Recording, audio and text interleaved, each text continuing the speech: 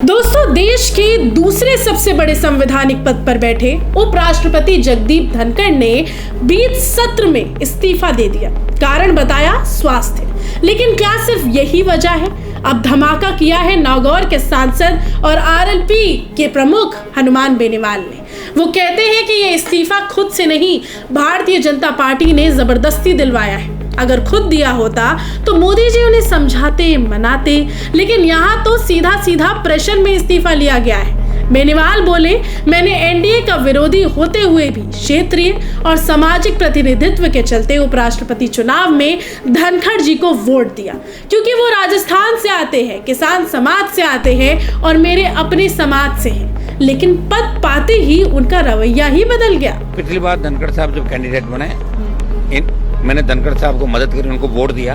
फिर वो राजस्थान से आते हैं, मेरे समाज से, किसान वर्ग से आते हैं। लेकिन 3 साल के अंदर धनखड़ साहब का जो रवैया था, जो लोग उनके साथ थे, उनसे वो बदल के मुंह मोड़ लिया। धनखड़ साहब ज्यादा ही महत्वाकांक्षी हो गए थे। बेनीवाल ने दावा किया कि पिछले 6 महीने से मोदी, शाह और धनखड़ जी के बीच तनातनी चल रही थी। धनखड़ साहब ने न सिर्फ सरकार से अलग लाइन पकड़ी, बल्कि कई बड़े मुद्दों पर पीएम और होम मिनिस्टर को बिना बताए बयानबाजी की। और यहाँ जो 6 महीने चल रहा तो ठीक नहीं चल रहा था। प्रधानमंत्री, गृह मंत्री और इनके बीच अनबन थी और ये अति महत्वाकांक्षी थे धनखड़ साहब। और कल तो हद हो गई, जेपी नड्डा और धनखड़ के बीच भी तनातनी सामने आई।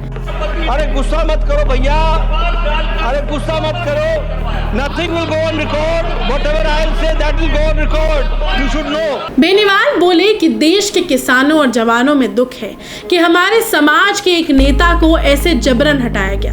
धनखड़ जी को चाहिए कि वो सतपाल मलिक की तरह साल भर बाद नहीं, अभी खुलकर सच्चाई बताए। तो सवाल ये है दोस्तों कि क्या भारत का उपराष्ट्रपति भी अब सिर्फ एक कठपुतली बनकर रह गया है? क्या सत्ता से असली खेल में संवैधानिक पदों की कोई हैसियत नहीं बची? आपका क्या मानना है? हमें कमेंट्स में जरूर बताएं और जुड़े रहिए हमारे साथ।